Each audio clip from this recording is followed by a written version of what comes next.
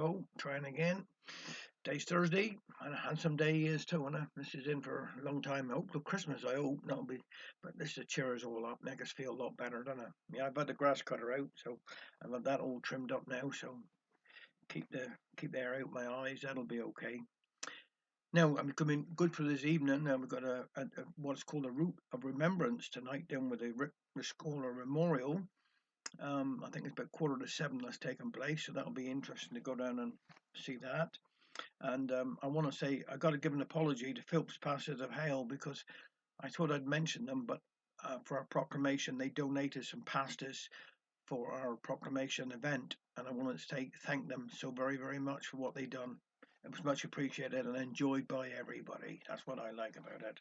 Now we've got a birthday today, Penny Sullivan. Good old Penny to do with the Salvation Army. What a fantastic job she's doing. Well, been doing all her life. But happy birthday to you, Penny, and have a nice day. Have a really lovely day. Now we've got another one tomorrow, which is a bit thing is Pat Atkins, our friend and neighbour down the road. Special birthday for her tomorrow. So have a nice. Well, the weather's gonna be fantastic, Pat. So you're gonna be all right. And then we've got Philip Oskin live at the road area. I think it's his birthday tomorrow. So um, just everybody have a nice time and soak up the bit of sun, make us all feel better. Now, what I was going to say was also is tomorrow, Friday, this is our last Hale Cuomo meeting for this season, and then we start again in October. But if you want to come and listen to a fantastic talk tomorrow night, is Kingsley Rickard, a pharmacy of yesteryear. What a fantastic thing that is to talk about. But you're welcome. Just anybody come along and have a look. You've got to pay a little bit of money, but he hadn't much to. But this will be our last one then until October, and then of course we start to our centenary year, which will be well another great event for Hale anyhow. Now I'm going to do a Herbert Lean here today. This was well, what I'm going to call this here one is about well just sitting in the sun really. 'Twas a handsome day, the sun was setting, and Father was sitting out in the garden reading last week's paper. He'd dearly like to read the dialect story, which is put in every week for the educated people.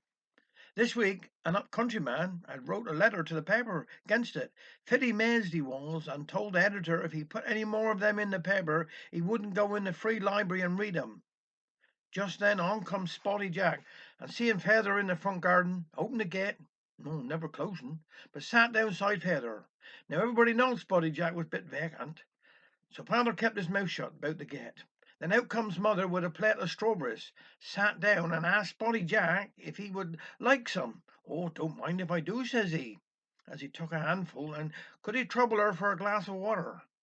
Mother fetched the water, and Spotty Jack commenced to eat the strawberries after he dipped each one several times in the water. What's the idea of that? Asked Feather. Oh, you never know what germs and dirt are around, even what we'd call fresh fruit. I always do this. It might even cost you your lives. Sides, there is others to think about, for they germs may spread and the whole village may be dead in no time. Can't be too careful. Well, I must be going up long, says he, as he took up the glass and drank the water. Shut the gate, said Feather, to keep out the germs. See, the trouble is, people don't stop and think. I heard about a man yesterday who went down to the surgery and told a young woman he had gravel. You must see the doctor, says she.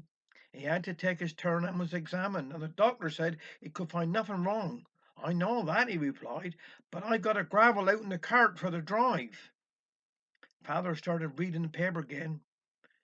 I see here a farmer had one of their notices put up which read, Do it now. In less than an hour the work boy comed in and asked for more money. The gardener took home a sack of taters, and the housemaid had a bath. And the farmer took down the notice as quick as he could.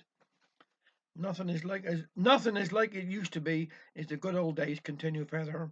I can remember when I was young and going to school, we had to hark to what we was told. Now they don't know nothing and won't be told nothing. Our boy Richard is as smart as you in most things, replied Mother. Here he is coming up the road, said Feather. I'll give him a test, and I bet he won't know what to say. Father said, Now, boy, suppose I said to 'ee, here's 12 pennies, what would be the first thing you would do? Count them, was the reply, 'cause you made mistakes afore. What do you mean by that? Said Feather, who was getting teasy. Well, you sold old Josie Coconut a dozen eggs. When he come back and told he 10 of them was bad, you told him to bring back the two good ones and you would replace 'em. I'll serve you right, remarked Mother. Some people like to hear the truth. Don't like to hear the truth, like when Mrs. James met the preacher, who said he was glad to see her in chapel last Sunday. I always go when you're preaching, she replied. Oh, that's very kind of you, said the preacher. I suppose you like my sermons. No, I don't, but there's always plenty of room when you're preaching, and I like a good seat. Kettle is boiling, said Feather. Let's have a cup of tea. Now all have a nice weekend and take care.